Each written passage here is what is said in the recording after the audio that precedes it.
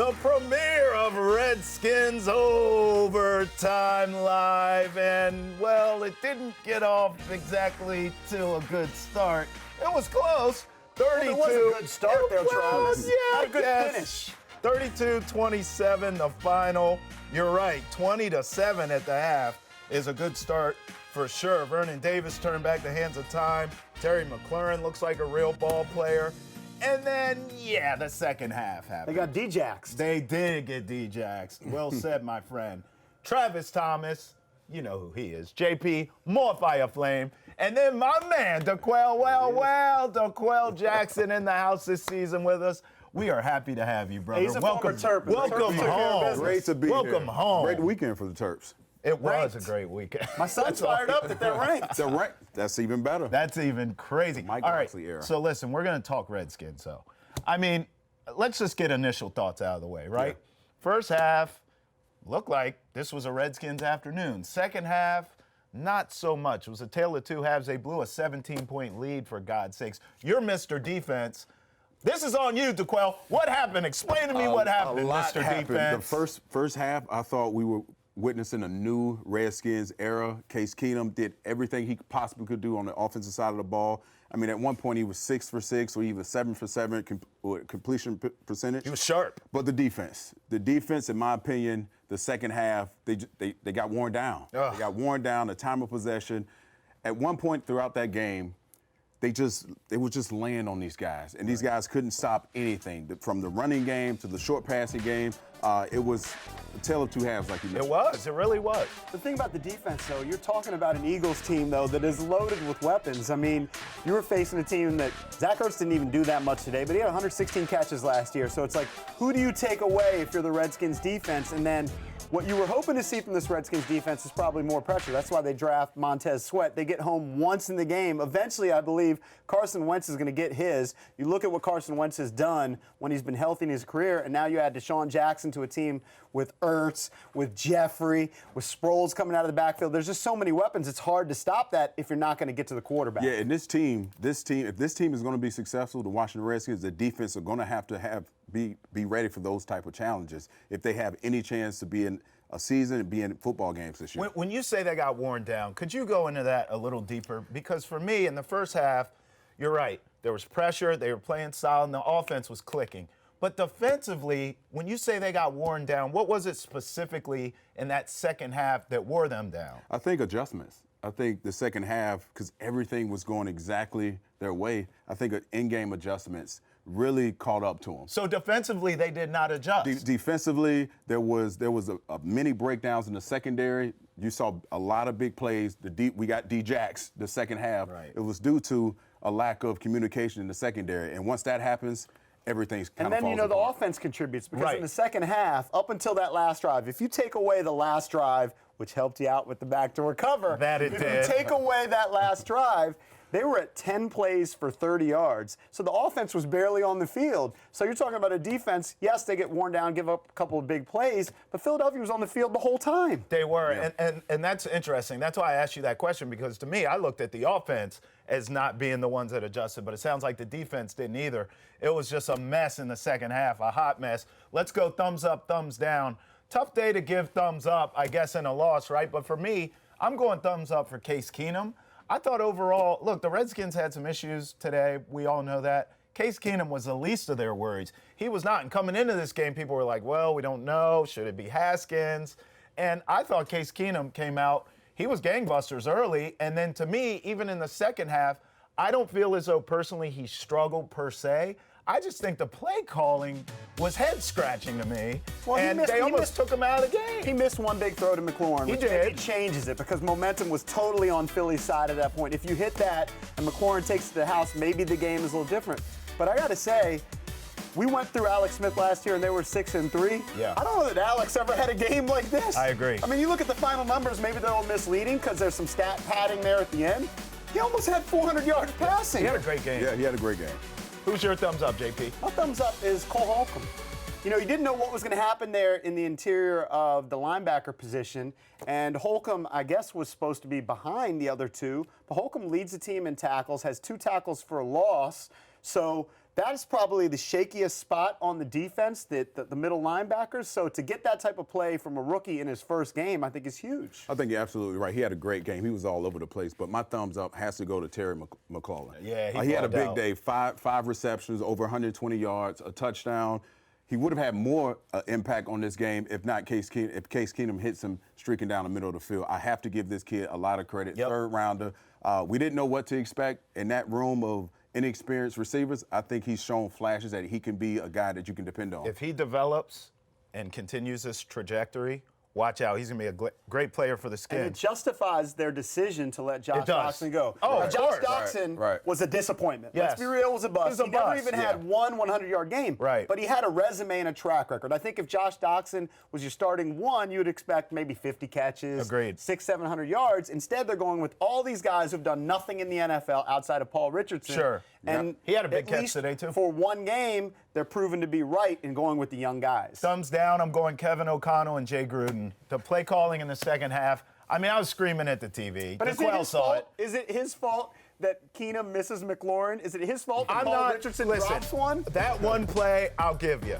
Richardson, I'll give you. I'm talking about an entire half. You can't tell me that play calling. Let me tell you something. In the first half, they were going for the throat of the Eagles. In the second half, they were playing conservative, and it costed them this football game. There was in no my balance. mind. There was no balance. Exactly There was no right. balance in the second half, but my thumbs down has to go to just the penalties, the inconsistency of this team right now. Yeah. If they're gonna win games, if they're gonna be in football games each week, Case Keenum, he had a pretty good performance today. Defense, not so much, but you have to cut down on penalties, and you cannot self-destruct. When you have a team that are fighting to do whatever they can to win a football Now, game. see, he's absolutely right. And you know what? It goes right into my thumbs down because to me, a coaching staff, you have to know your personnel, right?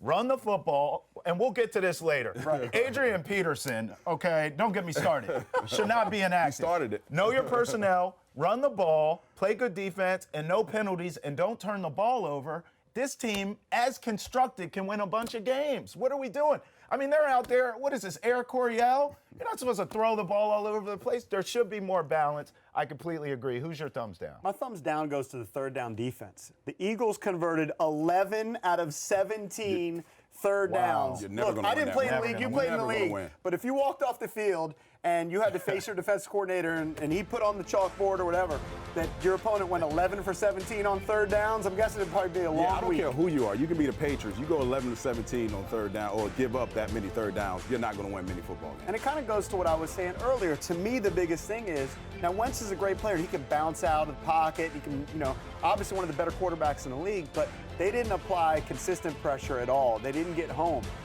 With that secondary, and we'll talk about the secondary later, you need to put some pressure on the quarterback. You do. Yeah, it's demoralizing. It's demoralizing as a player when you're consistently on the field for a very long time and you get these guys into manageable third downs or 3rd and 15s. You saw in the second half, these guys are picking up 3rd and 15s, 3rd and 7s, downs that you should win. When you played great on 1st and 2nd down, the goal is to get to 3rd down, get them into a medium and long 3rd down. And when you're not getting off the field, it's demoralizing. You know what? Going to what you said too about the adjustments. Look, Yeah. I'm giving you a hard time because I think at times I like the fact that they were a little unconventional. Last year we always talked about they were very predictable, ran on first down all the time. Formulaic. And here you saw a little more play action. They go for the deep shot to McLaurin on that first down when they had fallen behind in the game. Sure. Conversely, you see Peterson, he goes for it all the time. And that was maybe a key play for them in their first drive when they go for it on 4th down. When a lot of coaches probably decide to punt right there, they go for it, convert, and ultimately score. They scored on 5 out of their last 6 drives. It's just so frustrating to me because Yeah. we see this time and time again every Sunday and Monday and Thursday nights in this league where these teams get these big leads. You had 17 points. You didn't get that by conservative play calling. You got it from aggressive play calling. They get these big leads in this league, and then they all of a sudden just start playing conservative, and these teams come back. It happens each and every week, and the Redskins caught the vapors this But week. again, They got going bit to by what it. he said, though, if you actually broke down each of those drives in the second half, penalties cost them so much. 11 It for did, 91 it did. yards. Right. 11 That's true. penalties from 91 yards. It's hard to overcome. So That's then true. all of a sudden, if you're all of a sudden at 1st and 15 because of a false start, 2nd and 20 because of a hold, it's just tougher play calling. Morgan Moses absolutely killed And me. look, I don't want to get off here defending killed me. Jay Gruden all the time. No, I want to be know. in that business. Well, to be fair, though, and I said this, and we've talked about this, I thought last season was Jay Gruden's best coaching job. Given all the circumstances, all the injuries, that team could absolutely lay down and quit on him. They didn't. They fought till the end.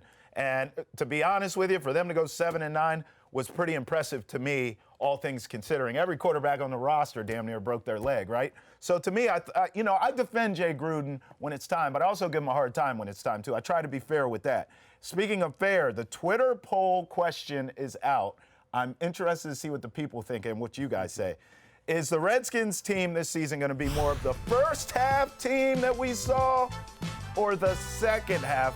Will the real Redskins please stand up? What do you Can I think? vote right now? Go ahead and vote. It's a quick second half. Oh, come on. I hate to say it. People always call me a hater, but let's be real.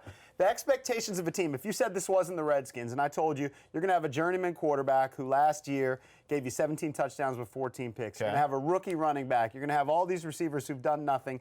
Your probably best proven weapon offensively is a tight end who has concussion issues, already missed the first game. I don't think you're guessing that this is going to be one of the premier offenses in the league. And defensively, I think there's a lot of promise, but they've yet to do it. You know, we saw that Alabama wall and Matt Ioannidis last year really be impactful for a 3-game stretch where they were shutting down the best running backs in the league, and then it went away the second half of the year. I need to see it more. My expectations for this team are not that high. I expect it to be about a 6 or 7 win team. Really? I'm in the middle. So I look at the eyeball test, right? What did we see tonight? We saw a first half team that looked great. Yes, we saw a second half team with many holes, many things to fix, but it is encouraging. I feel like this team has a lot they can overcome. With all the holes in the secondary, those things are correctable. As a coach, you look at your talent level, you look at the guys they've drafted, Montez Sweat. We didn't hear a lot from him, but I'm sure down the road we're going to listen, Montez, we have to give him time. He's young. This is the first game. They have a lot to learn. Somebody's got to get to the quarterback. I don't care if it's you're Sweat or right. You're right. Someone's got to get pressure. Let me say, And Minusky's defense is an attack-style defense. And It when is. you're up, that's when he licks his chops, and that's when you open up the playbook. And that we didn't see any of that in the second half because the holes in the secondary, things start happening, and now you don't know what to call. You got to play base defense. when you played the game, when you're sitting there in halftime, you have a big lead Yes. as a defense. Yes. You know damn well they're going to try to make a run at you, right? Absolutely. You know that Absolutely. already, A level- right? Sense of urgency needs to go up. That's all a I'm ton, saying. Because you know those guys aren't going to lay down. It's the first game of the season. It's the Philadelphia Eagles, for Christ's sake. Right. They're not going to lay down. Like you mentioned earlier in the show, they have And a they're at ton home. of talent on that offensive side of the ball. Zach Ertz, the quarterback position, Carson Wentz. And a You great have to play caller, too. And a great play caller. That's true. He is not conservative with his play calling, that's for sure, Doug Peterson. All right, we have a local artist in the house, gentlemen. Really? Charles Matthews, I believe, is in Studio B doing his thing. Charles, can you hear me right now? Yes, I can. Yes, I All can. right, tell me what you got going now. You're going to draw pretty much what, the story of the game? What they have on the screen. D-Jack's right there doing business. man. Oh, man. I'm sure you are a wonderful artist, but this is going to break my heart even more to see. We don't want to see that. It's going to be a beautiful, broken heart. All right, so we'll He had get 154 yards today. Oh, God. Sean Jackson went for $154. Do your thing, Charles. We'll check in with you later, and we'll hear from our Redskins insider, JP Finley in Philly, when we come back. Redskins overtime. We're just getting started.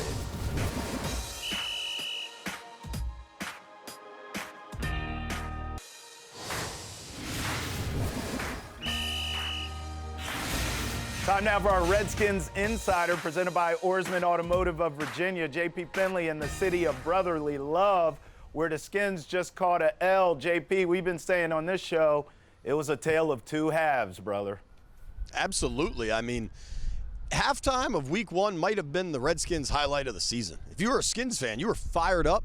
You were wondering how far this thing could go. They were doing just about everything right. They had given up the one big play to Deshaun Jackson, but that was just what Deshaun does. I mean, he beat the entire Redskins defense on a deep ball, including Josh Norman, who was relatively tight in coverage. But I was really impressed by the offense in the first half. They picked up a lot of first downs. They had long drives. The receivers looked good. Terry McLaurin hit that home run. Case Keenum was spreading the ball out. Paul Richardson had some catches. Kelvin Harmon had a catch. We saw Vernon Davis make an incredibly athletic play and some really bad tackling by the Eagles. But at halftime, Doug Peterson challenged his team, particularly his offensive line, to come out and start pushing back on the Redskins. And above all else, what stood out to me was the first drive the Eagles had in the second half. They got the ball, went 12 plays, 75 yards, about a 7.5-minute drive, scored. And at that moment, it seemed like everything flipped in this game. The Redskins then did not have a single first down the entire third quarter. Think about that. You got a defense that's on its heels. It just has to keep coming back out on the field, and it was all she wrote at that point. JP, though, I want to give credit to insiders like yourself because all preseason and training camp, we heard about these receivers who were unproven. And if you looked at the numbers before the game, it was scary. Paul Richardson was their most proven receiver. His best season as a pro was 44 catches. But guys like Terry McLaurin, Quinn, you even saw Kelvin Harmon get in the mix. They mixed the ball off, and they showed what they could do offensively by spreading it out. Absolutely. I think McLaurin's obviously the headline, right? I mean, he showed the deep speed, and then he also showed the catch I think he had just before halftime, the toe tapper on the sideline where he had to jump and kind of pirouette in the air for the football was really impressive, and those are the kind of catches Josh Doxson was supposed to make and never did with the Redskins. And there was some consternation when the Redskins released Doxson. I know he was a former first-round pick, but he never produced on that level. Certainly he had shown flashes. He actually had made some catches, unlike a lot of these guys in NFL games. But I think today there were some questionable decisions today, right? I'm sure we're going to talk about Adrian Peterson and play calling and everything else. But the Redskins' decision to cut Doxson and go forward with McLaurin as the starter, I think absolutely looks like the right move. Yeah, JP, it's just it was already mentioned it was a tale of two halves, and we saw a different football team from the first half to the second half. How would you rate Case Keenum's performance? Pretty good. I think he was quite good in the first half. No turnovers, which I think is important. He took one really bad sack before halftime, but luckily an offsides penalty kind of bailed them out on that. In the second half, obviously, he said it in postgame. Everybody watching knows he would like to hit that second half TD throw to McLaurin, where McLaurin again got deep. Keenum just overthrew that ball a little bit. Case in postgame said that he probably let it go a little too early, and he said repeatedly, "I wish I had that back. I wish I had that back." And then on the play right after that, it was a 3-and-out for the Skins at a really bad time. First down was the deep miss to McLaurin. On second down, he hit Paul Richardson in stride for what should have been a first down, and P. Rich dropped that. I think if either of those balls are caught, if Keenum connects on the deep ball, that's 6. Even if Richardson just catches that ball and they're able to get a little bit of momentum going, I think it could have looked a lot different. I don't know that Keenum was great, but I certainly think he was good enough for them to win. In the second half, though, they couldn't get a stop defensively. They couldn't run the ball. They really couldn't do anything, and Case wasn't great, but I don't think he was the problem. I agree with you, JP. He was the least of their problems, if you ask me. You mentioned the run game. I thought it was anemic today. Some of it was play calling. Some of it was Darius Geis. Oh. Now that AP is not playing this game, and that was a debacle. Is he going to play against the Cowboys? Is this over? I don't know, Trav. I'd like to give you an answer, and AP spoke after the game, but Jay Gruden said the decision was about their fear of Darren Sproles on punt returns and that they need guys that can tackle Darren Sproles on punt returns. You watch how this roster is going to shake out to next week.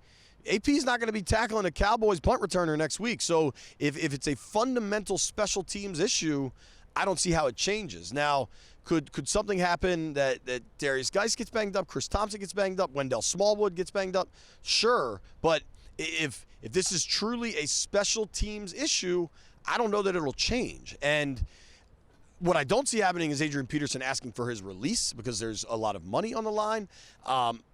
maybe this gets to a point where he's asking for a trade. I don't know. And the other factor in all of this is we know that Adrian Peterson and Trent Williams are good friends. And there's some hope that Trent would return this week.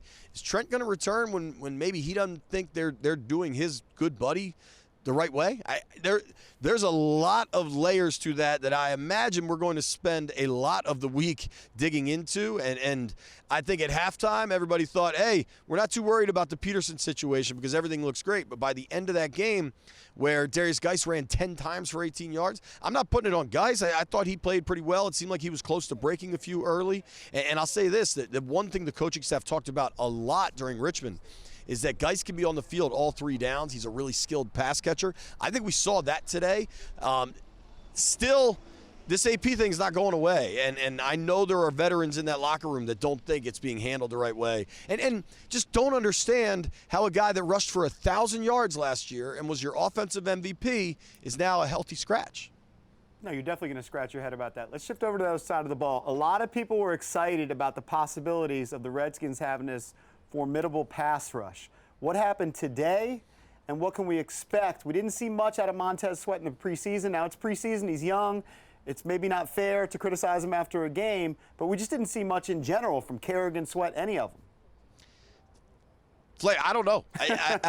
When John Allen went out of the game, a lot of things seemed to shift on that defensive front. They went from a 5-man front with Allen, Payne, Ioannidis, Kerrigan, and Sweat on the edges to mostly a 4-man front where they had Kerrigan and Sweat, Ioannidis, and Payne. A little bit late in that game, they started bringing Settle in. Now, some of that is Philadelphia dictating coverage with their personnel, right? So the Skins had to go to their nickel base.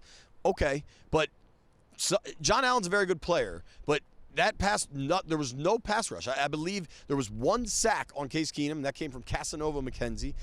Wentz really didn't even get hit much, and Deron Payne had 1 pretty good lick on him late in that game, but that has got to be a major concern for this Redskins defense, for Greg Minuski, for Jim Tomsula, that his guys just weren't getting home. The Eagles have a good offensive line, give them credit, and the threat of play action with a guy like Deshaun Jackson, you've got Zach Ertz out there. The Eagles have a few different skilled running backs, so there's different looks from Sproles than there is from Jordan Howard and Miles Sanders. But I mean, if you have to say what was supposed to be the strength of this team, it was the defensive line. And I do not believe they showed up to be the strength, certainly, on Sunday afternoon. Yeah, being that I've played under this system before with Greg Minuski in Indianapolis, there was a lot of things I noticed in the first half that necessarily wasn't translated over to the second half. In your opinion, you were there, you saw this defense firsthand. What do you think were the breakdowns in the second half of this the defense? Well, clearly the second Deshaun Jackson touchdown was a major breakdown.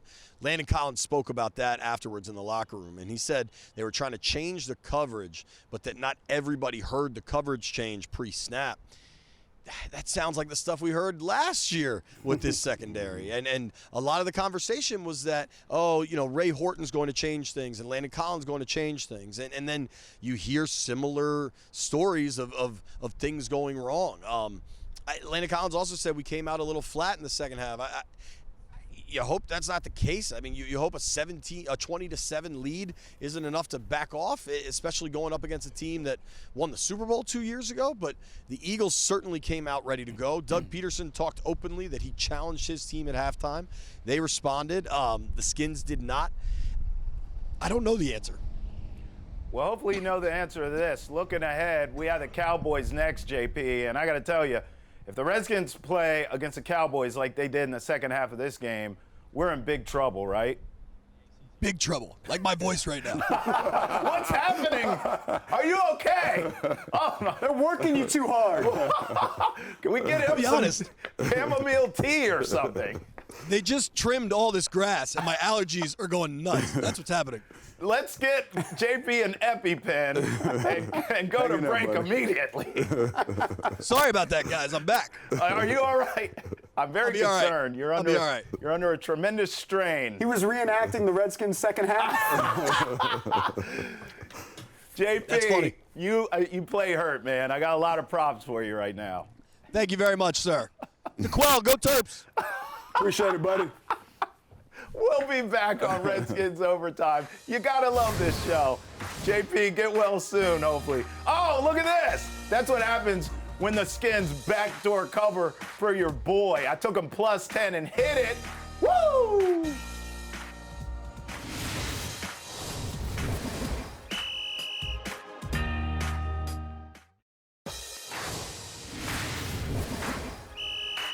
Welcome back to Redskins Overtime Live. There it is, your final scoreboard, 32-27. Carson Wentz went off, 28-39, 313 and 3 touchdowns.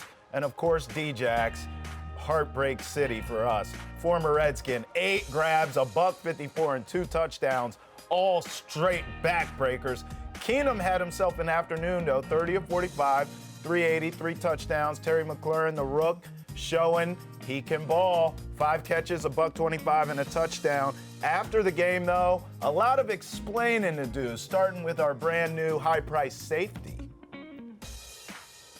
Just understanding what we were supposed to do, going out there doing what we do best, and playing our defense and playing very sound.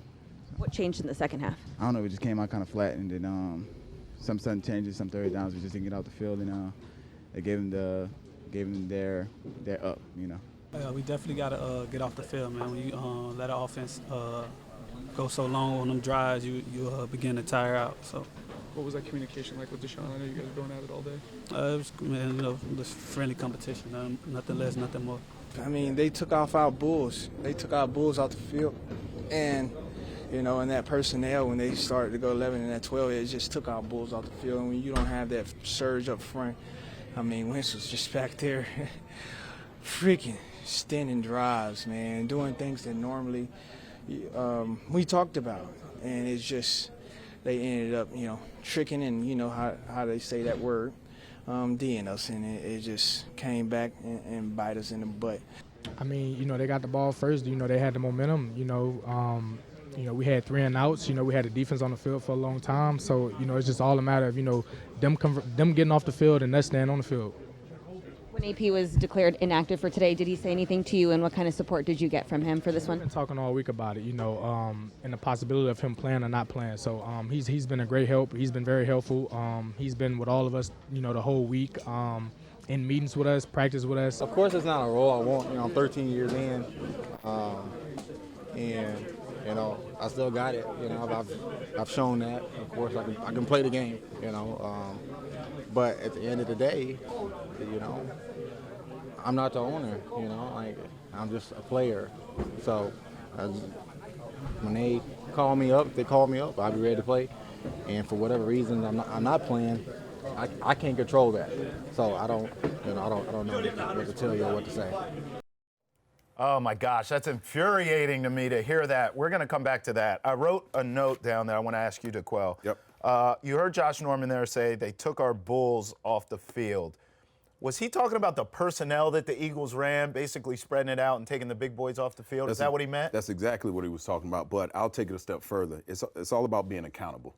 If those guys aren't on the field, then the guys on the field need to do what they have to. And the game that I watched, there was a lot of breakdowns in the secondary. So I would pause before I make assumptions about, you know, not being able to generate pass rush, because it can get a little dicey when you don't win football games. And it's clear to everyone watching there wasn't a ton of pass rush. Wow. All right, I want to rewind to the Adrian Peterson comment and come to you, JP.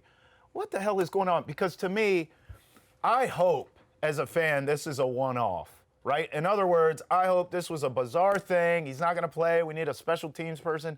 Huh? Okay, that's a head scratcher. Next week, it's Dallas week, okay? Can we focus and get this guy on the field and give a little thunder and lightning with Geis and AP? Sure could have used that this week, but that's gone. So let's look ahead, or is this something that's going to linger in your mind? Well, let me plug a little radio show that's on in the mornings called The Junkies. A few days ago, those very junkies caught a lot of heat because they had heard through the grapevine that there was discussions of maybe even releasing Adrian Peterson because he wasn't going to be an integral part of the offense. You heard Jay Gruden this week say that they were going to run the offense through Darius Geis. Now, they didn't necessarily do that today, right, but the intention of this team is to run the offense through Darius Geis. So Adrian Peterson, and you saw Gruden talk about this afterwards, he's not a third down back. he's a first and second down back. Well, if first and second down is going to go to Darius Geis, what's the point of having Adrian Peterson on the roster who doesn't play special teams? Now, all that being said, I don't agree with the decision. You can talk about what it's like in a locker room when you have a guy who's been an offensive MVP, who is the reason you won 7 games last year. You probably keep him on the roster and give him a couple carries. To that point you mentioned, the guy was the MVP of their offense last year. He rushed over 1,000 yards last year, and we know Adrian Peterson to be a bell cow. Obviously, he's not who he once was. But when you don't dress a guy like that, every guy that walks in that locker room, they look at, okay, AP, wait, he's not dressing? He's not even now, playing. everyone's talking about it within the locker room, and just him being on the field creates some sort of distraction or some sort of, you need him on the field. Let's say that. You need him on the field. I think people want Geis to be the guy. They drafted him last year, and he has shown promise, whether it's just in the preseason games, and if you can go back to his career in college, people expect him to be a stud, all right? Didn't happen today. People expect great things out of Darius Geis, so he's going to be the number one. But to your point, he was the offensive MVP, so why do this, which could divide the locker room? Not the first game of the season. Not any game of the season. Not the first game. I'm sure a healthy scratch. And I'm sure the That's coaching unbelievable. staff, they're fearful of what happened in New Orleans. Because when he was in New Orleans and you had Ingram and Kamara, and all of a sudden he was there in Peyton's ear, it wasn't a good thing, and eventually it just didn't work out for him. Let's keep it real, too. He had a successful season last season by accident. Okay, they brought him in here in a panic. Didn't expect much from him. They basically kicked the tires on Adrian Peterson. And you know what? He had a lot of tread left in those legs. So what happened, it was a pleasant surprise he had the season. Here's the deal, and you played in this league. If you want Darius Geis to be the guy, and AP's success was an accident, a pleasant surprise, if you will, then they should have cut him and let him go sign somewhere else. He's earned the right to go somewhere else and play and get his money. Why retain him if you're not going to use him? I think you know this. This is why it happened the way it did. They are fearful that Geis could get hurt again. So Geis is coming off an injury, coming off an ACL. So I think they signed Adrian Peterson as an insurance policy, because what if Geis wasn't ready for the regular season? They needed somebody, and that guy is Adrian Peterson. But it turns out, and that's why they probably gave the rock to Geis so much in that third preseason game, people were freaking out. Why are they giving him the ball 11 times? It's because they wanted to see if he could handle that type of workload. And I think with the personality that Adrian Peterson presents, I think this was a way to give Geis confidence, like, hey, this is your team, you're the running back. Let's, we're making a statement by sitting a Hall of Fame shoe-in caliber player to a healthy scratch. That's the only That's the only way I can rationalize. Look, 2 weeks ago, if I had to bet on the workload, I would have thought Adrian Peterson would have been the starter. Me too. They would have given Geis 10 carries. They would have worked him and in. after about 3 or 4 games, Geis might be the guy. Clearly, it's not that way. No. What I think they could have done today is give Adrian Peterson the ball like the third series. So you give Geis the first series, the second series, third series. Look, Peterson maybe only ends up with 5 or 6 carries. Balance. It's not great, but then maybe somebody gets hot and you go with the hot guy. I've said it before, I'll say it again. In a 32-27 game, you cannot convince me that man could not help you maybe win this ball game. That's just how I feel about it. It's a head scratcher to me. But here's something else that really chapped my tuchus, and I'm coming to you. Okay, let's do it. It's on the defensive side. The secondary today, it was basically a drum line. They got beat like a drum all day long. They did. Deshaun Jackson went nuts today. Yeah, Ray Horton, who I have a ton of respect for. I worked with him in Cleveland. He's a great mind when it comes to defense and secondary. What I watched today from this secondary was something that I'm not used to seeing from a well-coached oil machine Ray Horton secondary. There was holes all over the place, too many big plays in the back end. Anytime you start having big plays in the secondary, the whole, it's like we call it stop the bleeding. There was no way they could stop the bleeding. The second half, there was, they couldn't stop the rush, or they couldn't stop the running game. Obviously, the holes in the back end, it was just, and it was a close game towards the end, but defense didn't hold up their end of the bargain. I think it's going to be a question mark, and we're going to see how it develops. Landon Collins gets a ton of money, and he may prove to be a great player. People have always said he's not great in coverage. Monte Nicholson now at safety. Look, it's been a revolving door for the Redskins the last several years at safety. Think about the different safety combinations they've had the last several years. So Monte and Landon Collins are going to have to help out the corners, because we know with Deshaun Jackson, they don't have anybody as fast as him. Men lie, women lie, numbers don't. You see the numbers there, the tale of two halves. the numbers say it all. I mean, the total yards itself, and there was negative rushing yards in the second half. Listen, you mentioned Landon Collins. Josh Norman's another big money guy. Sure. I mean, none of these guys, for my money, showed up today. Yeah, no one stood out in my opinion. The only person that really stood out was a rookie, and that was Holcomb. He showed flashes that he can make some plays behind the line of scrimmage, but overall, the defense, they really need to pick up the slack if they're going to have a chance to win any football game. And to be fair, it's one game. Right? Right. Because you know Ryan Kerrigan's going to get his sacks, and the year he's going to have 12 or 13. You think Montez Sweat will come along. They were going to fill a ton, so it takes guys that second win. You know, you had a long drive in the second half with the defense being on the field, and they were exhausted. They got completely exhausted. We'll see. Hopefully, we'll see another team next. But this is why I didn't want to crown the defense. Everybody was saying this defense is going to be top 10, top 5, and on paper, they brought in all of these Alabama players who are talented, drafted high, but they haven't proven anything yet as a team. They've shown flashes if you go back to last season, but overall, they haven't proven to be a top 10 defense. You can't just take it for granted and say the Redskins are going to have this formidable defense. Gentlemen, they're telling me in my ear the poll results are in. Let me tell you, it's impossible that it's a yes. You think it's second? Impossible. Let's see if JP. Oh, JP, fire, Flaim. More fire is correct. 81% of us say that this team is what we saw in the second half. Let me tell you something right now. Surprise, surprise. I'm going the other way. I think, to me, the winning formula is to be what we saw in the first half. Personally, and I know you love this as a defensive guy, I just say just play boring football. Play time of possession. Don't turn the ball over.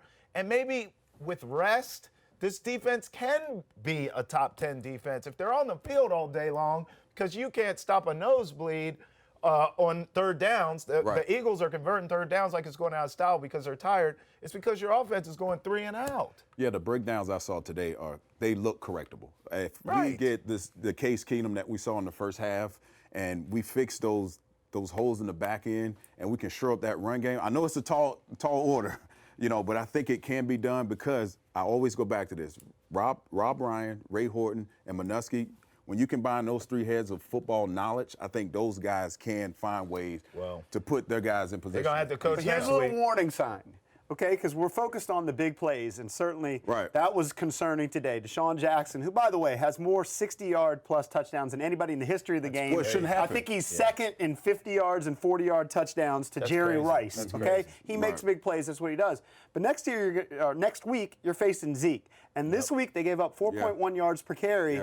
That's a little concerning. Like, it's down the list of problems. But can they stop the run? Maybe it's different because John Allen wasn't there in the second half. I don't know. Also, Dak Prescott presents a threat, too, to run the football. And, he's trying to get paid, so he's going to be out there slanging like Troy Aikman, too. So, I mean, look, it's these first 5 games, for God's sakes, minus, I guess, the Giants game, but they're all brutal. All right, when we come back, we're talking to Antonio Brown. I actually had DeQuell Jackson laughing earlier because I said Antonio's acting more like Bobby Brown these days. We'll get into that it's around prerogative. It's my prerogative. We'll get into that around the league next.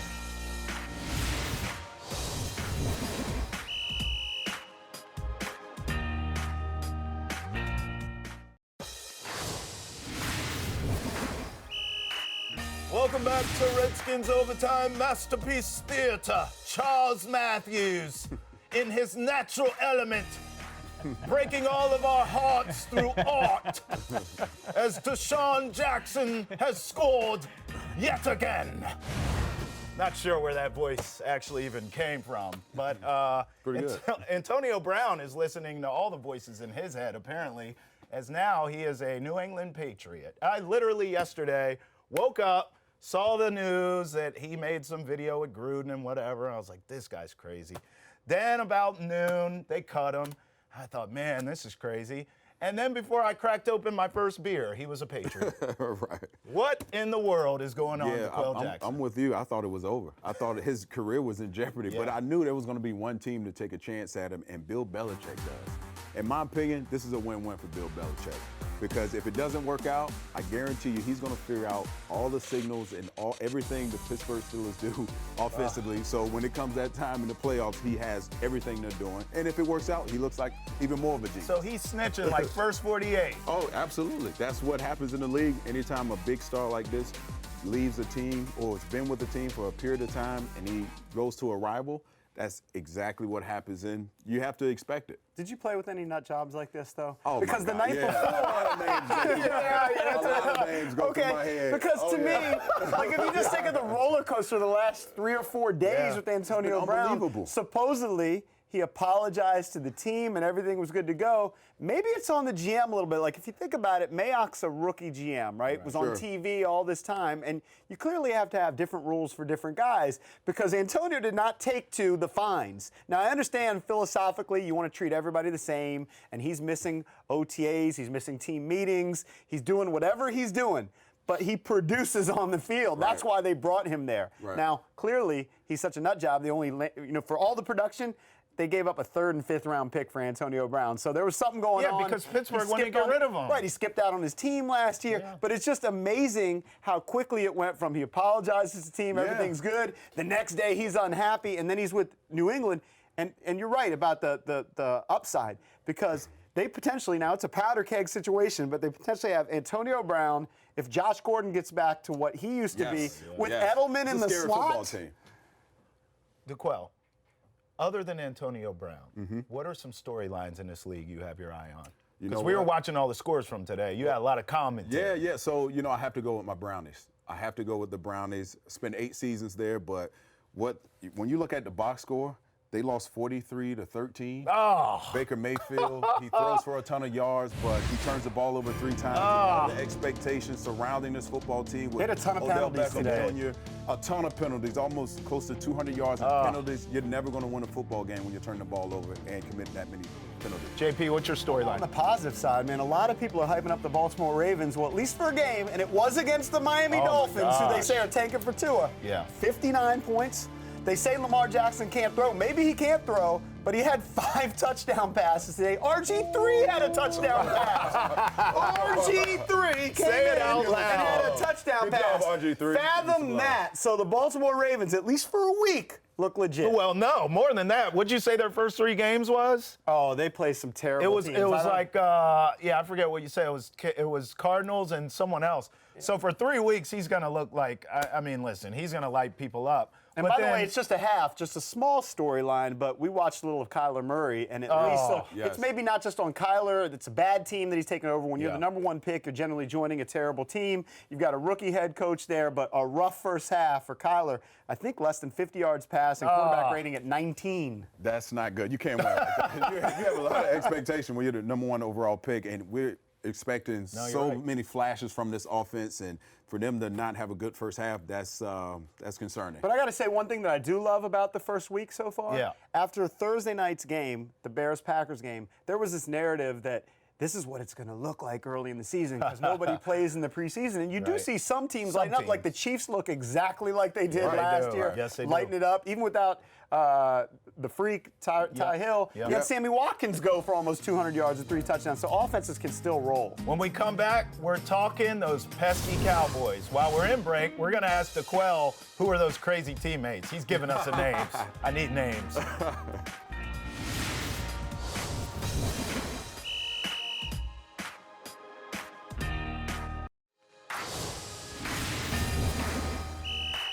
Welcome back to Redskins Overtime Live. Local artist Charles Matthews has blessed us with his presence, and he has drawn up yet another masterpiece. Unfortunately for us, this masterpiece is of Deshaun Jackson beating Josh Norman like a drum for a touchdown.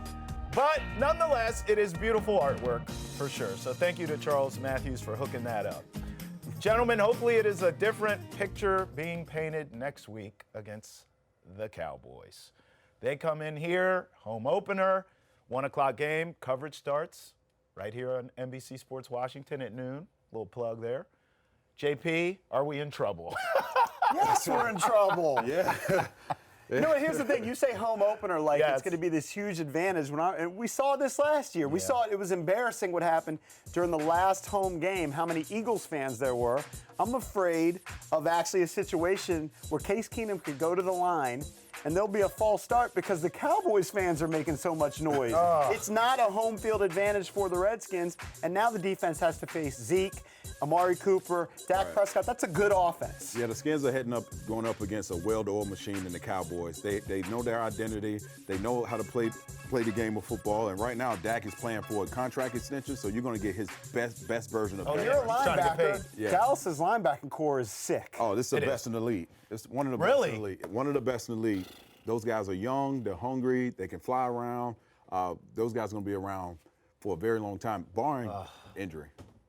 Yeah, I know. It hurts. I just want all the Cowboys fans in this city. I don't understand why it's so many of y'all. Stay out of my face this week, okay? I'm an emotional wreck after this game. You liable to get cussed out. Just leave me alone, all right? Come on, Skins. Let's get this done. Well, as for us, Game 1 of Redskins Overtime Live is in the books. We got a dub, though, baby. We didn't catch an L. We won this one. Hey, Terps are ranked, though. Come on. Let's go, Terps. Come on.